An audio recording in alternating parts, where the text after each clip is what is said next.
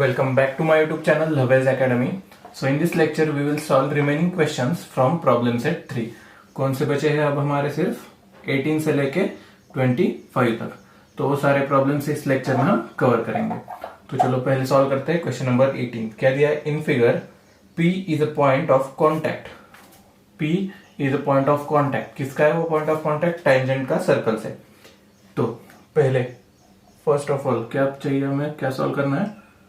तो first sub question में दिया है if major arc P R. Major arc P R कौन सा हो जाएगा, ये आर्क. वो उसका मेजरमेंट कितना दिया है 140 degrees. 140 degrees. Then angle P O R is equal to 36. Angle P O R is equal to 36 ये हमें गिवन है. Then find major arc P Q. हमें क्या फाइंड आउट करना है, मेजर आर्क पी क्यू, मतलब ये छोटा आर्क हमें फाइंड आउट करना है. तो पहली बात तो है कि हम एंगल पी ओ आर क्या बता सकते हैं कि वो इंस्क्राइब्ड एंगल है. किसको इंटरसेप्ट कर रहा है, इस आर्क को एंड आर्क पी आर को. इस सिचुएशन में हम क्या करते थे, angle P O R is equal to half of major arc minus minor arc. उससे ही हम यहाँ फाइंड आउट करेंगे. थोड़ा सा फास्ट जाते हैं क्योंकि ऐसे एग्जांपल हमने सॉल्व किए हैं. तो डायरेक्टली लिखते हैं फर्स्ट सब क्वेश्चन के लिए. Angle P O R vertex lie on outside of circle. Angle P O R का वर्टेक्स कौन सा होगा, एट पॉइंट ओ, मतलब वो कहाँ लाई करता है, सर्कल के बाहर. तो आउटसाइड ऑफ सर्कल. तो उसी से ही हम क्या क्या कर लेंगे, angle P O R is equal to half of major arc P R minus major arc P Q. तो लिखते हैं major arc P R minus major arc P Q. तो पी ओ आर हमें पता है दैट इज 36 डिग्रीज गिवन है, is equal to 1/2 into major arc P R क्या दिया है हमें 140 degrees minus major arc P Q हमें फाइंड आउट करना है. तो वैसे एज इट इज लिखेंगे पी क्यू. तो 2 डिवीजन में है, यहां जाएगा तो मल्टीप्लीकेशन में, मतलब 36 into 2 72 degrees is equal to क्या बनेगा, सिर्फ यहाँ राइट हैंड साइड पे बचेगा 140 degrees minus major arc P Q. तो major arc P Q minus में यहां आ जाएगा तो प्लस में, मतलब major arc P Q is equal to 140, ये प्लस है उधर जाएगा तो माइनस 72. तो 140 माइनस 72 क्या आ जाएगा 68 डिग्रीज. तो major arc P Q is equal to क्या आ गया 68 डिग्रीज. यही हमें फाइंड आउट करना था, मेजर आर्क पी क्यू. तो सॉल्व करते हैं अब हमारा सेकंड सब क्वेश्चन. तो देखो ये हुआ हमारा first sub question. Then second के लिए, तो सेकंड में क्या दिया है हमें, थोड़ी तेजी चली गई, एक मिनट. हाँ तो चलो सेकंड सब क्वेश्चन में दिया है हमें if OP is equal to, लिखता हूं directly, OP is equal to 7.2, then OQ is equal to 3.2, OQ is equal to 3.2. Find O R and Q R. Find O R and Q R हमें find out करना है. तो यहां देखो ये tangent बन रही है, ये हमारा सिकेंड बन रहा है. तो हम यहाँ क्या यूज कर सकते हैं, टेंजेंट सिकेंड सेगमेंट थ्योरम. तो टेंजेंट सिकेंड सेगमेंट थ्योरम में क्या देखा था हमने, O P square is equal to O R into O Q. उसी का हम यहाँ इस्तेमाल करेंगे. तो चलो पहले वही यूज करते हैं. बाय यूजिंग टेंजेंट, क्योंकि देखो हमारे पास ओ क्यू है, इस फॉर्मूले से हमें ओ आर मिल जाएगा. तो टेंजेंट सिकेंट सेगमेंट थ्योरम. तो क्या बनेगा, O P square is equal to O Q into total O R. O Q into O R. तो देखो ओपी की लेंथ हमें पता है दैट इज 7.2, उसका क्या हो जाएगा bracket square is equal to O Q 3.2 into O R find out करना है एज इट इज। तो O R is equal to क्या बनेगा 7.2 ब्रैकेट स्क्वायर, मतलब मैं उसको ऐसे भी लिख सकता हूँ 7.2 इंटू 7.2। अब डिवाइडेड बाय क्या हो जाएगा, ये मल्टीप्लीकेशन में यहाँ जाएगा तो डिवीजन में चला जाएगा।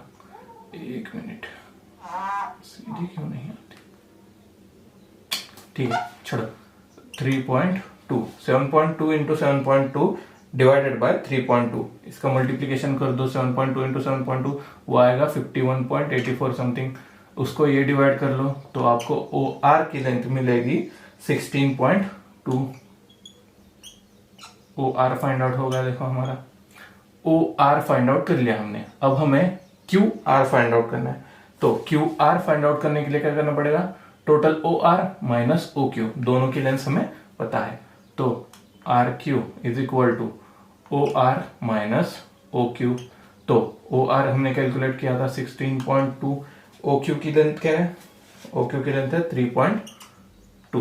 तो 16.2 माइनस 3.2 क्या हो जाएगा 13। तो आर क्यू की लेंथ मिलेगी हमें 13। तो यही हमें फाइंड आउट करना था सेकंड सब क्वेश्चन में। Question number 18 first sub question का answer major arc P Q is equal to 68 degrees and second sub question का answer O R is equal to 16.2, R Q is equal to 13। Note down कर लो इसको। तो solve करते हैं question number 18 का third सब क्वेश्चन। थर्ड सब क्वेश्चन में क्या दिया है हमें, if OP is equal to, लिखता हूं OP is equal to 7.2 then O R is equal to 16.2। अब फाइंड आउट क्या करना है, Q R, find Q R. तो यहां जो सेंटेंस आएंगे मैं आपको बता देता हूं, वो आप होमवर्क में कर सकते हो, मैं यहां सिर्फ लॉजिक बता दूंगा। तो चलो, रे ओपी क्या कर रहा है, ray OP is a tangent to circle touching circle at point P. Ray OP एक टेंजेंट है, सर्कल को टच कर रहा है एट पॉइंट पी पे।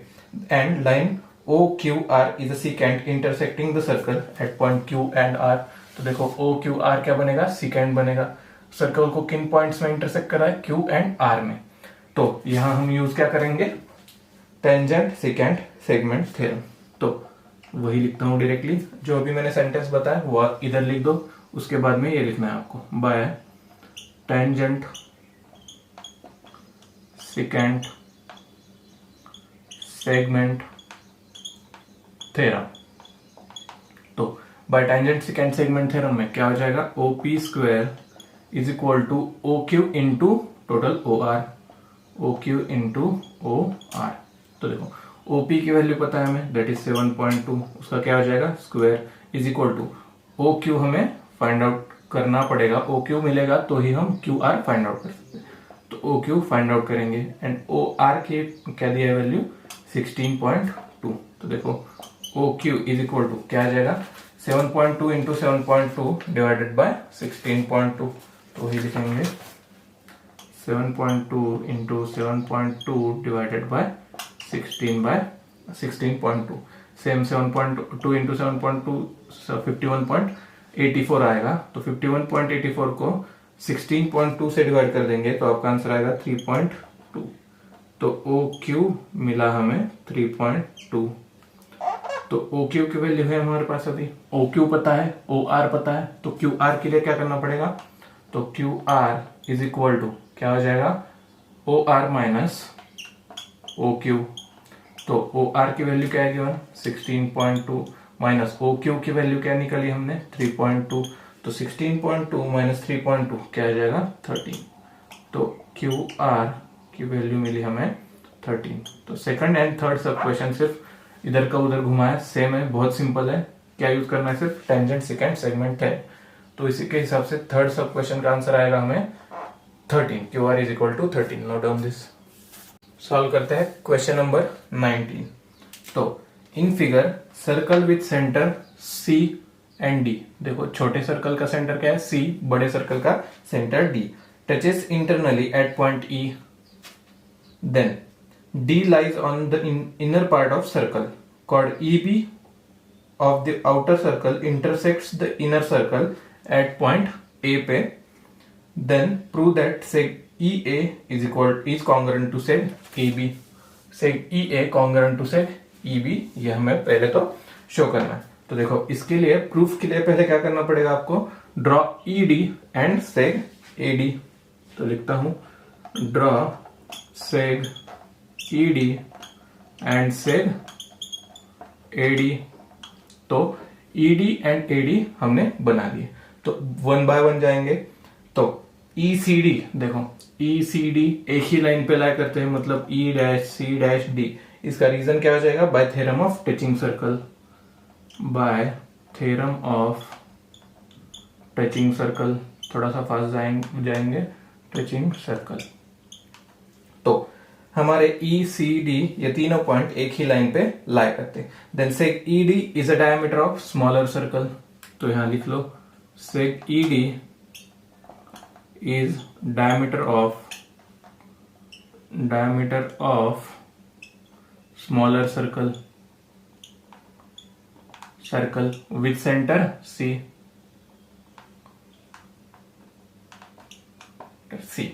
देन क्या हो जाएगा हमारा एंगल EAD, ये क्या बनेगा 90 डिग्रीज पे, क्योंकि हमने करोलरीज में देखा था अगर सेमी सर्कल में हम एंगल इंस्क्राइब्ड एंगल ड्रॉ करते हैं तो वो क्या हो जाता है, राइट एंगल।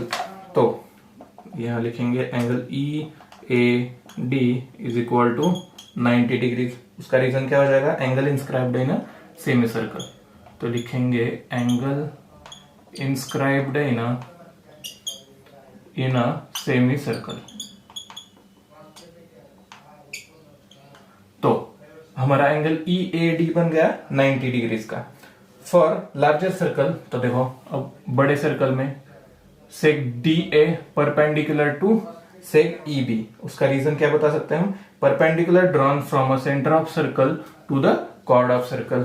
तो यहां लिख सकता हूं मैं seg DA is perpendicular to seg EB। उसका रीजन क्या हो जाएगा, पर शॉर्ट में लिखता हूं perpendicular drawn from centre of circle to the chord bisects the chord। तो कॉर्ड को बाइसेक्ट कर रही होगी ये परपेंडिकुलर, मतलब हमारा ultimately seg EA is equal to क्या हो जाएगा, सेग AB। तो यहां लिखते हैं EA is equal to AB। उसका भी रीजन यही हो जाएगा, फ्रॉम, इसको दे दो 1 एंड यहां लिखेंगे फ्रॉम 1। तो यही हमें प्रूव करना था कि seg EA is equal to seg AB। तो hence prove. Note down this. Solve करते हैं question number 20। Activity based question है इसलिए एज ए इंपॉर्टेंट इसको टिक कर लो। तो डायरेक्टली क्वेश्चन पे आते हैं हमारे। In figure seg AB is a diameter of circle. तो क्या दिया है, seg AB is a diameter of circle with centre O है सर्कल का। Then the bisector of angle ACB intersects the circle at point D। Angle ACB का ये CD क्या हो जाएगा फिर, एंगल बाइसेक्टर। तो then prove that seg AD and BD are congruent. ये हमें प्रूव करना है। Complete the following and fill in the blanks. तो ये एक एक्टिविटी बेस्ड क्वेश्चन है, डायरेक्टली सॉल्व करेंगे। Draw seg OD। तो सेग OD उन्होंने ही ड्रॉ किया। Then angle ACB is equal to क्या आ जाएगा, ACB 90 डिग्रीज। उसका रीजन क्या हो जाएगा, कौन सा भी एंगल अगर हम सेमी सर्कल में बनाते हैं, मतलब inscribed angle inscribed in semi circle is always right angle. तो यहां आ जाएगा 90 डिग्रीज। तो एंगल DCB क्या आ जाएगा, क्वेश्चन में गिवन है कि CD एंगल ACB का एंगल बाइसेक्टर है। एंगल बाइसेक्टर का मतलब क्या है, ये ACB एंगल को 2 इक्वल हाफ, मतलब 2 इक्वल पार्ट्स में डिवाइड करेगा। तो एंगल DCB क्या बनेगा हमारा, 45 प्लस 45 90 होता है। तो एंगल DCB बनेगा हमारा 45 डिग्रीज। एक एक चीजें नोट डाउन कर लो। उसका रीजन क्या है, उन्होंने गिवन दिया है CD is a bisector of angle C। तो CD is bisector of angle C। Then major arc DB। अब देखो मेजर आर्क DB क्या बन जाएगा, ये 45 हो जाएगा। तो मेजर आर्क DB उससे डबल होगा, मतलब 45 इंटू 2 90। वो कहां देखा था हमने, इंस्क्राइब्ड एंगल थ्योरम में। इंस्क्राइब्ड एंगल थ्योरम में देखा था कि इंस्क्राइब्ड एंगल मतलब इंटरसेप्टेड आर्क दुगना होता है, किससे दुगना होता है? इंस्क्राइब्ड एंगल से। इंटरसेप्टेड आर्क दुगना होता है इंस्क्राइब्ड एंगल से। तो मेजर आर्क डीबी क्या बनेगा? 90 डिग्रीज। तो उसका रीजन यहां देखो, inscribed angle theorem. Then angle DOB is equal to क्या आ जाएगा? Angle DOB is equal to वो भी 90 डिग्रीज हो जाएगा, क्योंकि देखो ये क्या बनेगा हमारा? Central angle. तो इसकी जितनी मेजर होगी वही इतनी इसकी मेजर होगी, मतलब एंगल डीओबी क्या बनेगा? 90 डिग्रीज, क्योंकि हमारा डीबी क्या था? Major arc 90 degrees. तो उस पे बना हुआ सेंट्रल एंगल क्या होता है? सेम डिग्रीज का होता है, मतलब angle DOB is equal to 90 degrees. Reason क्या है? Definition of measure of an arc, उसको दिया उन्होंने equation 1। Then seg O A is congruent to seg O B. तो seg O A congruent to seg O B, उसका reason क्या हो जाएगा? रेडियस ऑफ सर्कल, क्योंकि वो दोनों एक ही सर्कल के radius, radius of circle. Then इसको दिया उन्होंने इक्वेशन 2। लाइन ओडी, तो line OD is dash dash of seg A B लिखना है अब हमें। Line OD seg A B की क्या है? परपेंडिकुलर हो जाएगी, क्योंकि देखो एंगल डी ओ बी क्या बन रहा है हमारा? 90 डिग्रीज, मतलब OD line seg A B को क्या करेंगी? परपेंडिकुलर हो जाएगी। तो यहां के लिखेंगे line OD is a perpendicular bisector. Perpendicular bisector, सही जगह नहीं है यहाँ इतनी, यहां से लिखना पड़ेगा परपेंडिकुलर बाइसेक्टर। तो line OD is perpendicular bisector of seg A B from 1 and 2, ये हो जाएगा। तो अल्टीमेटली हमारा seg A D and seg B D एक दूसरे से कॉन्ग्रुएंट बनेंगे। तो नोट डाउन कर लो इसको एज ए इंपॉर्टेंट क्वेश्चन, क्योंकि एक्टिविटी बेस्ड क्वेश्चन है। Note down this. सॉल्व करते हैं क्वेश्चन नंबर 21। तो क्या दिया है? In figure seg M N is a chord of a circle with centre O. M N की वैल्यू गिवन है हमें 25। Then L is a point on chord M N such that M L is equal to 9, जो भी given है। And distance of point O and L, O and L जैसे कि मैंने यहां बनाया वो क्या है? 5। Find the radius of circle. तो देखो आपको क्या दिया है टेक्स्ट बुक में? सिर्फ O L and M N दिया है। तो आपको क्या करना है? Draw seg O X perpendicular to seg M N, मतलब कॉर्ड एम एन पे ओ एक्स परपेंडिकुलर बना देना है and O N point join कर लेना है। तो वही लिखेंगे पहले। तो ड्रॉ क्या किया हमने? Draw seg O X perpendicular to M N, chord M N. Then join और ड्रॉ सेग ओ एन। तो ओ एन भी हमने ड्रॉ कर लिया। अब देखो अब है गिवन क्या क्या है कि एम एल गिवन है दैट इज 9, और एम एन क्या दिया है हमें? एम एन टोटल कॉर्ड की लेंथ 25। तो एक चीज हमें पता है कि अगर मैं perpendicular bisector, if I draw perpendicular bisector from centre of circle to the chord, क्या होता है? बाइसेक्ट्स द कॉर्ड, मतलब M X is equal to X N हो जाएगा। उसका मतलब अल्टीमेटली क्या? M X is a half of total M N. तो लिखता हूं परपेंडिकुलर, डायरेक्टली लिखता हूं perpendicular drawn from centre of circle to the chord, क्या होता है? Bisects the chord, bisects the chord, मतलब M X is equal to X N हो जाएगा। Therefore M X is equal to X N. तो देखो एम एक्स अल्टीमेटली क्या बनेगा? Half of M N. तो एम एक्स कैलकुलेट कर सकते हैं हम, M X is equal to half of M N, क्योंकि एम एन की वैल्यू हमें गिवन है।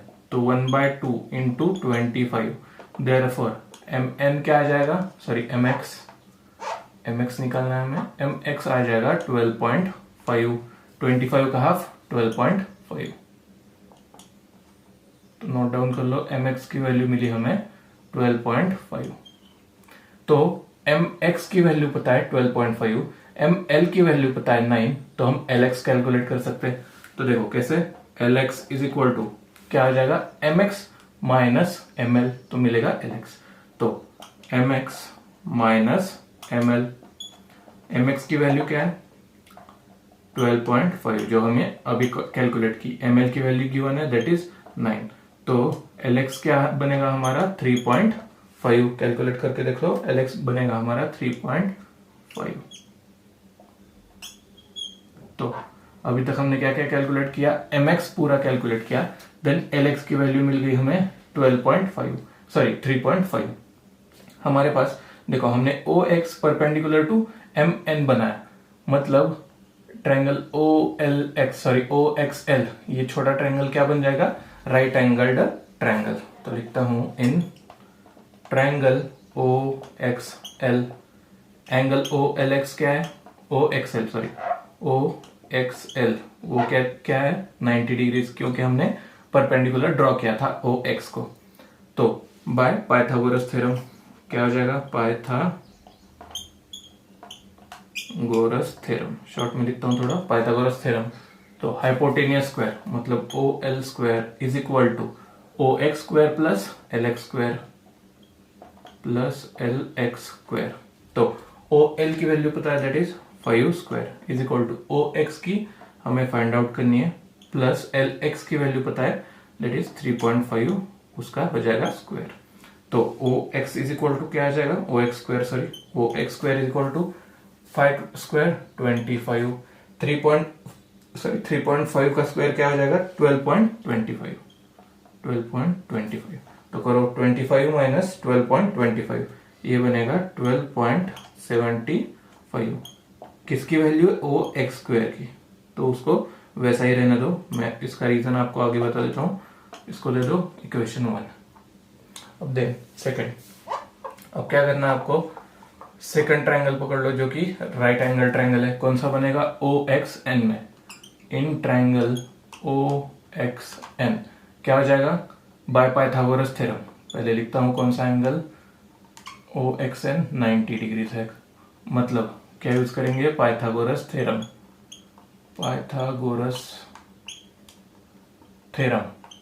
क्या हो जाएगा, हाइपोटेनियस स्क्वायर मतलब ON स्क्वायर, जो कि हमारी रेडियस है, वही हमें कैलकुलेट करना है। तो ON square is equal to OX square plus XN square.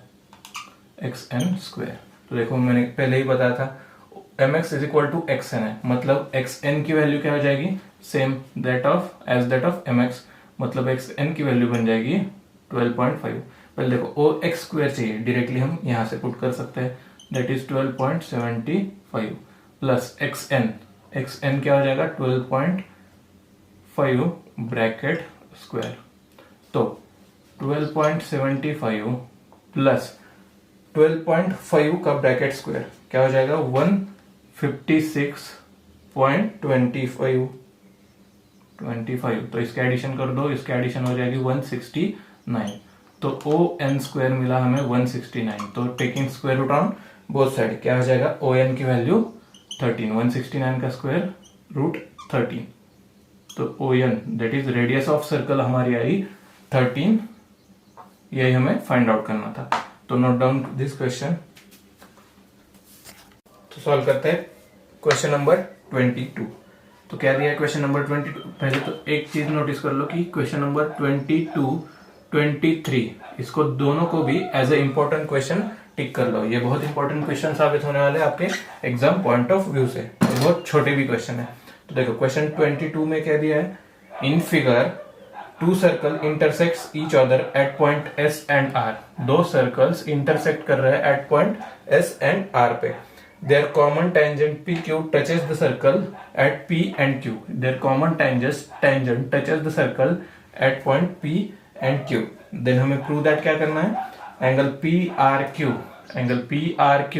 Plus angle PSQ is equal to 180 degree. तो देखो अब हम एक एक सर्कल को अगर कंसिडर करेंगे, तो देखो अगर मैंने स्मॉलर सर्कल को कंसिडर किया तो सॉरी यस पी आर, ये क्या बनेगा हमारा इंस्क्राइब्ड एंगल, एंड ये इसकी टेंजेंट।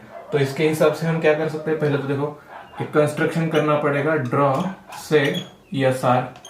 तो यस आर क्या कर लिया हमने, कनेक्ट कर दिया, उसका रीजन आपको आगे पता चलेगा। देन यहां देखो स्मॉलर सर्कल में S P R angle, S P R क्या बनेगा, इंस्क्राइब्ड एंगल। तो इंटरसेप्टेड आर कौन सा बनेगा, ये, एंड उसकी टेंजेंट ये। तो बाय टेंजेंट सेकेंड थ्योरम मैं क्या बोल सकता हूं कि एंगल पी एस आर, मतलब angle P S R is equal to angle R P Q. लिखता हूं वैसे ही, angle P S R is equal to angle R P Q, R P Q. और एक देखो यहां भी बड़े सर्कल के लिए भी सेम हो जाएगा, angle Q S R, angle Q S R is equal to क्या बन जाएगा, आर क्यू पी। वही लिखेंगे, angle Q S R is equal to angle R Q P, R Q P. दोनों का रीजन क्या हो जाएगा, same, that is tangent secant theorem, tangent secant theorem. तो देखो अब क्या करेंगे, consider triangle P R Q. In triangle P R Q में तो तीनों एंगल्स की एडिशन, मतलब angle P, angle R and angle Q क्या बनेंगी, 180 डिग्रीज। तो लिखते हैं angle R P Q plus angle P R Q plus angle R Q P is equal to 180 degrees. उसका रीजन लिखो, sum of all angles of a triangle. Short में लिखता हूं sum of all angles of a triangle, short में लिखता हूं थोड़ा। तो देखो हमारे पास R Q P is equal to क्या है, angle P S R plus P R Q as it is हो जाएगा पी आर क्यू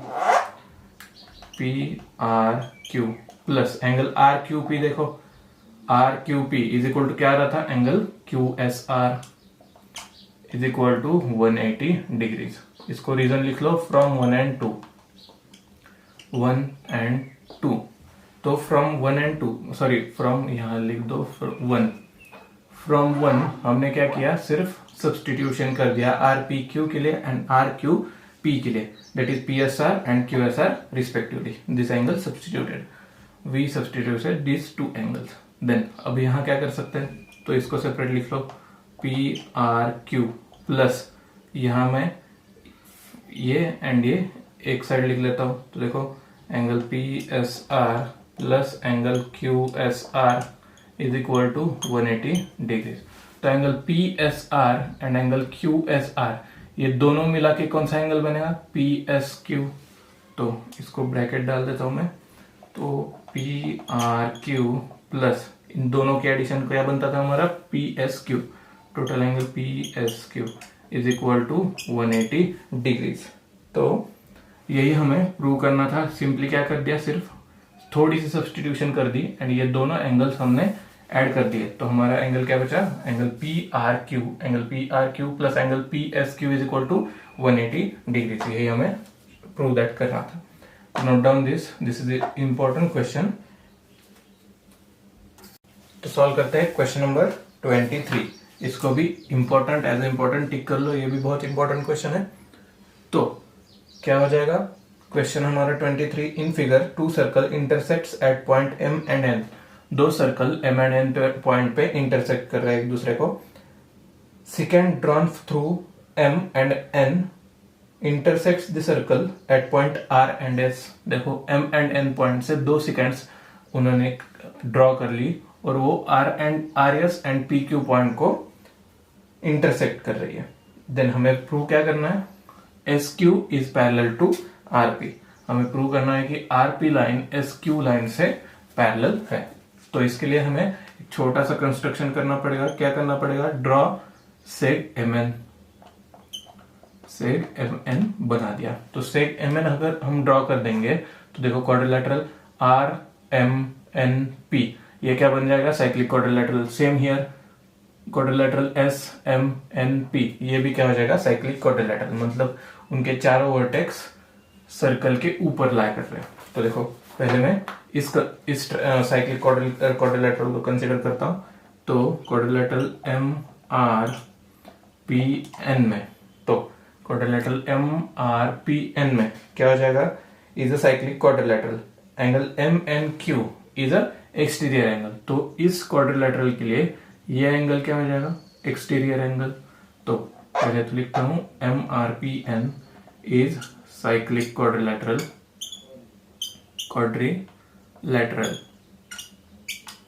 देन ये साइक्लिक क्वाड्रिलेटरल बनेगा तो एम एन क्यू क्या बनता है इसका, angle M N Q is exterior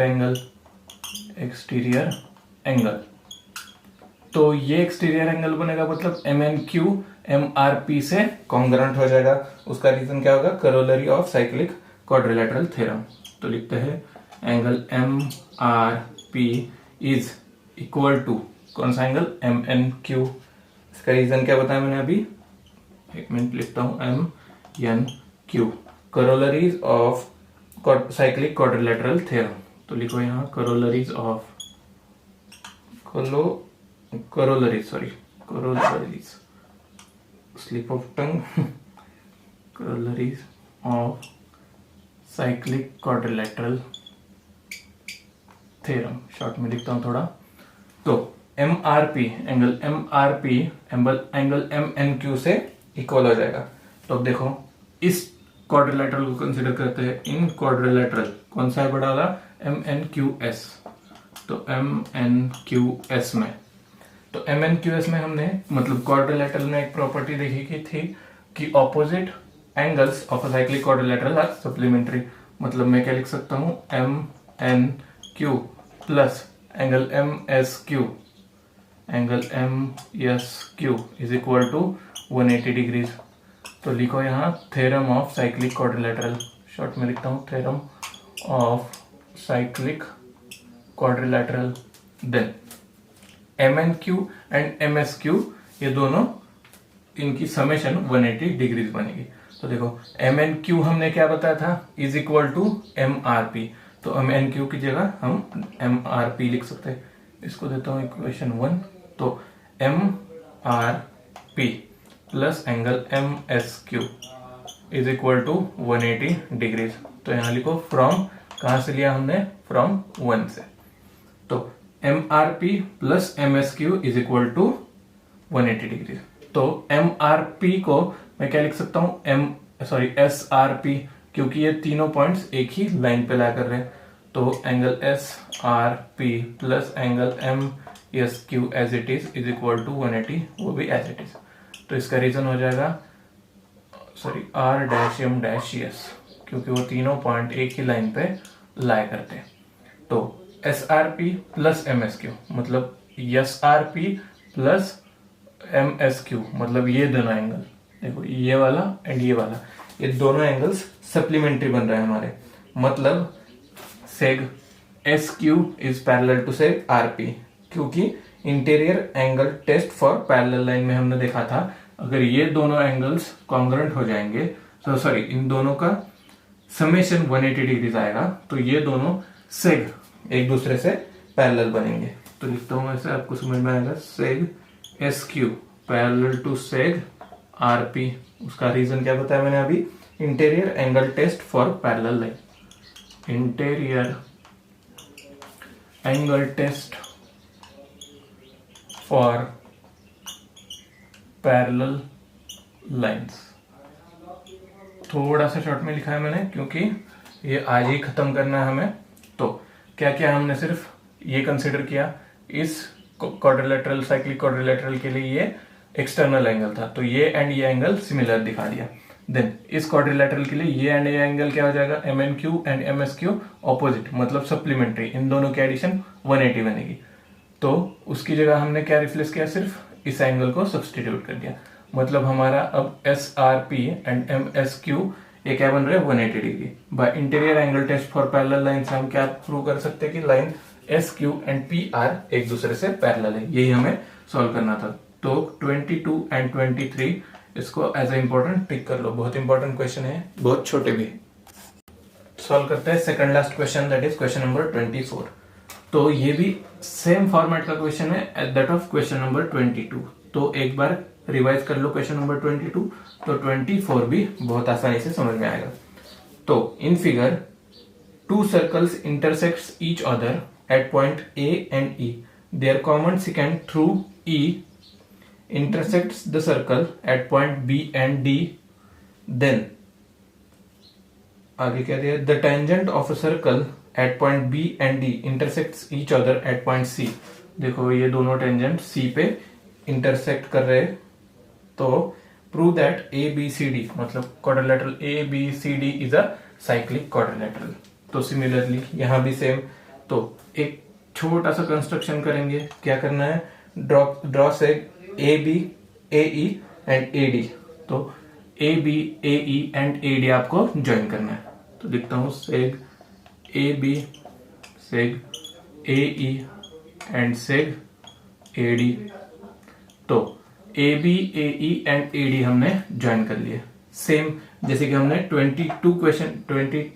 22nd question में हमने जैसे टेंजेंट सिकेंट थ्योरम का यूज किया था, यही भी वैसा ही करेंगे। तो यहां क्या हो जाएगा, तो एंगल ई बी सी, तो angle E B C is equal to क्या बनेगा, एंगल बी ए ई। तो एंगल ई बी सी मतलब ये एंगल ई बी ए ई से कॉन्ग्रुएंट हो जाएगा। उसका रीजन क्या बनेगा, टेंजेंट सिकेंट थ्योरम। तो देखते हैं, angle E B C is congruent to कौन सा एंगल, BAE। रीजन क्या हो जाएगा, टेंजेंट सिकेंट थ्योरम। लिखता हूं टेंजेंट सिकेंट थ्योरम। तो इसका देता हूं इक्वेशन 1। एंड सिमिलरली इसके लिए देखो, angle EDC is equal to क्या बनेगा, ये वाला एंगल, मतलब angle EDC will be congruent to angle DAE। तो ये दोनों के एंगल्स कॉन्ग्रुएंट होने का एक ही रीजन होगा, जो कि टेंजेंट सेकेंट थ्योरम। तो इसका देता हूं मैं इक्वेशन 2। तो अब देखो, इन ट्रायंगल BAD सेम 22 शायद 22 ही प्रॉब्लम में हमने क्या किया था, तीनों angles of a triangle measure किया था, उसकी समेशन 180 दिखाई थी। सेम यहां भी वैसा ही करेंगे। इन ट्रायंगल BCD में, यहां BCD में करना है, यहां BCD के लिए। तो BCD में क्या करेंगे, angle BC plus angle D is equal to 180 degree. लिखता हूं angle BCD plus angle CBD, angle CBD plus angle BDC, यही बाकी है हमारा, BDC is equal to 180 degrees. यहां लिख दो all angles of a triangle, sum of all angles of a triangle. पूरा शॉर्ट में लिखा है, आप सेंटेंस कर दो पूरा। तो BCD प्लस CBD के लिए क्या लिया था हमने, एंगल CBD के लिए, मतलब CBE। तो क्योंकि BDE एक ही लाइन पे लाई करते हैं, एंगल CBD का मतलब एंगल CBE। तो CBE के लिए क्या लिखा था, देखो CBE के लिए एंगल BAE। तो यहां लिखते हैं BAE प्लस BDC के लिए देखो BDC मतलब कौन सा एंगल, EDC, क्योंकि ये तीनों एक ही लाइन पे लाई करते हैं। तो EDC इज इक्वल टू क्या हो जाएगा, हमने शो किया था DAE। तो DAE is equal to 180 degree. इसका रीजन क्या हो जाएगा, फ्रॉम 1 and 2 एंड BED एक ही लाइन पे लाई करते हैं, B', तो यहां तक हम पहुंच गए। BCD, अब देखो angle BAE plus angle DAE, इन दोनों की समेशन क्या बन जाएगा, पूरा एंगल BAD। तो यहां लिखते हैं, इन दोनों को ब्रैकेट में लिखेंगे। तो angle BCD plus angle BAE plus DAE क्या बनेगा, पूरा एंगल BAD। तो angle BAD is equal to 180 degree. देखो यहाँ क्या बन रहा है हमारा, BCD, angle BCD plus angle BAD is equal to 180 degree, मतलब opposite sides of a quadrilateral is equal to 180 degree. Sum of opposite angles of quadrilateral are supplementary, then हम क्या लिख सकते हैं कि ये साइक्लिक क्वाड्रिलेटरल बनेगा। तो लिखते हैं ABCD is cyclic quadrilateral.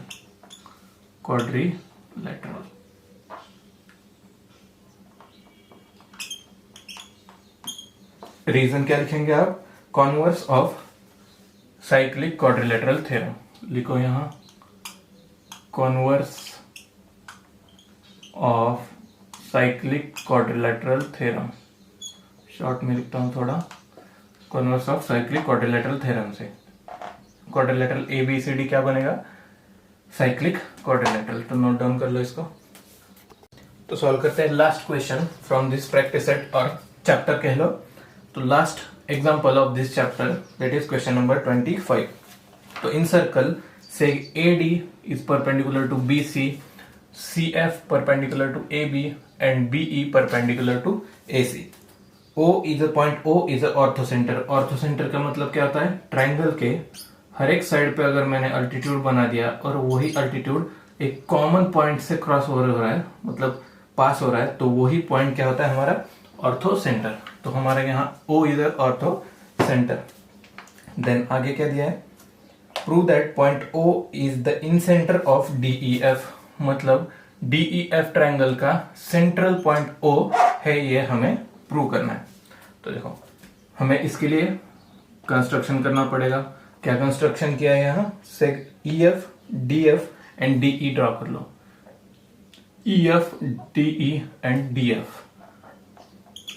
सेग EF, सेग DF, सेग DE, वही रह गया। देन अब ये तीनों सेग बनाने के बाद हमें गिवन कंडीशन क्या थी वो लिख देंगे पहले, AD perpendicular to BC, then BE perpendicular to AC and CF perpendicular to AB। Reason लिख लो गिवन, क्योंकि ये हमें पहले से ही गिवन है। तो angle BFC and BEC is equal to 90 degree, angle BFC and BEC ये क्या बनेंगे 90 डिग्री। तो देखो ये अल्टीट्यूड ही है हमारे, तो लिखते हैं angle BFC is equal to angle BEC is equal to 90 degree. उसका रीजन क्या हो जाएगा, गिवन, क्योंकि वही हमने अल्टीट्यूड बनाया, मतलब ट्रायंगल के एक साइड पे परपेंडिकुलर ड्रॉ किया है, उसी को हम क्या बोलते हैं, अल्टीट्यूड्स। तो angle BFC and BEC 90 degree के बन जाएंगे। तो point B and C subtend equal angle, point B and C subtend equal angle at point E and F। तो ये चारों पॉइंट क्या हो जाएंगे, कॉनसाइक्लिक पॉइंट्स। तो लिखते हैं point B and C subtend equal angle at two distinct point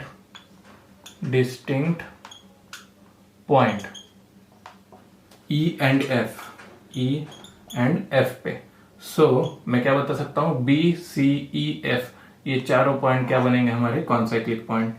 so point BCE and F are concyclic. तो ये चारों पॉइंट्स मेरे कॉन्साइक्लिक बन गए।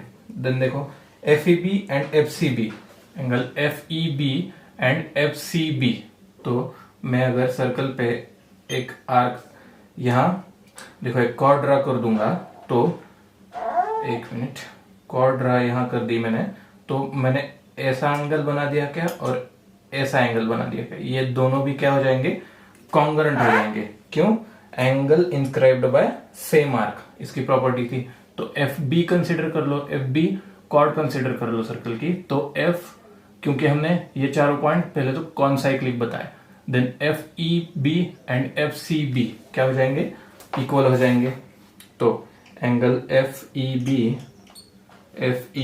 Is congruent to angle FCB। F C B. उसका रीजन क्या हो जाएगा, अभी बताया था, angle inscribed by same arc. लिखो angle inscribed by same arc, same arc. Then अब OEC एंड ODC देखो, OEC एंड ODC ये दोनों क्या है 90 डिग्रीज, उनकी एडिशन क्या होती है 180 डिग्री। मतलब OECD ये क्या बनेगा cyclic quadrilateral by converse of cyclic quadrilateral. पहले तो लिखता हूं angle OEC plus ODC, angle OEC plus angle ODC is equal to 180 degrees. पहले ये लिख लो कि OEC प्लस ODC 90 डिग्रीज के है, क्योंकि ये अल्टीट्यूड पे बनता है हमारे। तो क्या हो गया हमारे, opposite angles are supplementary, opposite angles are supplementary,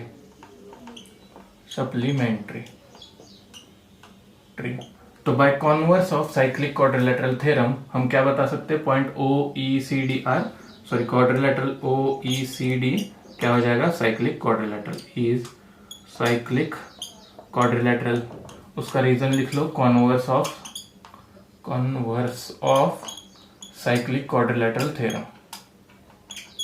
short में लिखता हूं, थोड़ा वीडियो बहुत लंबा चला गया। देखो OECD मतलब OECD इतना क्वाड्रिलेटरल हमारा क्या आ रहा है, साइक्लिक क्वाड्रिलेटरल। तो OED एंड OCD ये क्या बनेंगे हमारे, angle inscribed by same arc. तो OED प्लस OED मतलब OED एंड OCD मतलब ये हमारा क्या आ रहा है, देखो ये हमारा अगर क्वाड्रेटिक साइक्लिक क्वाड्रिलेटरल आएगा तो OD क्या बनेगा, उसकी सर्कल की कॉर्ड। तो OD कॉर्ड बन रही है तो हमारी OCD एंड OED क्या बनेंगे, सेम, क्योंकि angle inscribed by same arc, congruent to OCD। इसका रीजन लिख लो, angle inscribed by same arc. तो सेम आर्क पे ही एंगल इंस्क्राइब्ड होंगे तो वो दोनों एंगल एक दूसरे से कॉन्ग्रुएंट हो जाएंगे। तो यहाँ एक इक्वेशन 2 दे दो एंड यहाँ ऊपर इक्वेशन 1। तो फ्रॉम 1 एंड 2 ये नहीं कर सकते, आगे करना पड़ेगा। तो आगे क्या लिख सकते हैं, OED is congruent to FCB। तो OED कॉन्ग्रुएंट टू FCB, क्योंकि FOC एंड BDC एक ही लाइन पे लाई करते हैं। तो लिख सकता हूं यहां में angle OED is congruent to angle FCB। इसको दे दूंगा इक्वेशन 2, यहां नहीं देना आपको। तो इसका रीजन क्या बताया मैं अभी, F'(O'(C) एंड B'(D'(C), क्योंकि ये तीनों पॉइंट एक ही लाइन पे लाई करते हैं एंड ये तीनों पॉइंट एक ही लाइन पे लाई करते हैं। तो फ्रॉम 1 एंड 2 देखो यहाँ भी एंगल FCB आ रहा है, यहाँ भी एंगल FCB आ रहा है, मतलब ये दोनों angle FEB and angle OED ये क्या हो जाएंगे, कॉन्ग्रुएंट। तो FEB is congruent to OED क्या हो जाएगा, फ्रॉम 1 एंड 2।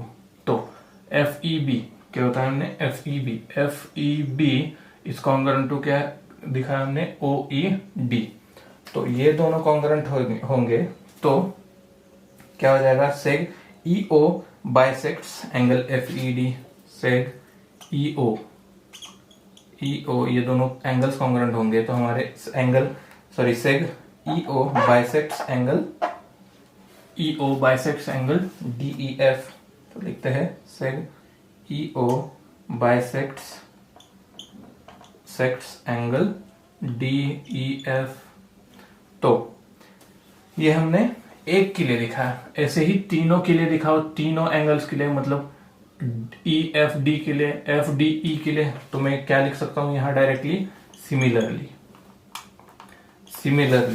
क्या हो जाएगा, similarly we can prove that DO bisects angle FED। DO मतलब DO एंगल ये क्या कर रहा है, बाइसेक्ट कर रहा है किसको, एंगल एफ डी ई को। Same F O bisects angle E F D को, यहां लिख लो सिमिलरली। ये तीनों पॉइंट्स मैंने अभी जो बताया वो लिख लो। तो O is a point of intersection of angle bisector DEF। तो यहां लास्ट लाइन क्या आ जाएगी, O is point of intersection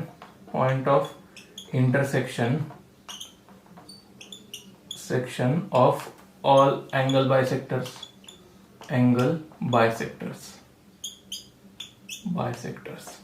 तो अगर हमारा O पॉइंट एंगल बाइसेक्टर का इंटरसेक्शन बन रहा है तो ऑब्वियसली हम क्या लिखेंगे, O is a in centre of triangle DEF। Therefore O is in centre of triangle DEF। यही हमें प्रूव करना था। तो अभी तक बहुत कुछ चीजें सीखी हमने सर्कल चैप्टर के लिए, और मैंने अभी तक जो बताया प्रॉब्लम सेट में जो जो क्वेश्चन इंपॉर्टेंट बताए वो अच्छे से प्रैक्टिस कर लो। ये चैप्टर टोटल आता है 12 मार्क्स के लिए। तो ये बहुत इंपॉर्टेंट चैप्टर है, बहुत अच्छा भी चैप्टर है। कुछ बेसिक चीजें अच्छे से याद कर लो, जैसे हमने सीखा था tangent secant theorem, tangent secant segment theorem, basic theorem थे, जो कि टेंजेंट थ्योरम भी बेसिक था। देन डिवीजन ऑफ इंटरनल क्या देखा था, external and internal division of chord, ये पॉइंट भी हमने कवर कर लिया। तो ये सारे पॉइंट्स अच्छे से कर लो, आपको कोई भी प्रॉब्लम में दिक्कत नहीं आएगी। तो अच्छे से कर लो ये चैप्टर की प्रिपरेशन। 12 मार्क्स मतलब 12 मार्क्स के लिए आता है एग्जाम में। तो तब तक के लिए थैंक यू। चैनल को सब्सक्राइब कीजिए एंड इस वीडियो को लाइक कीजिए एंड अपने दोस्तों के साथ ज्यादा से ज्यादा शेयर कीजिए।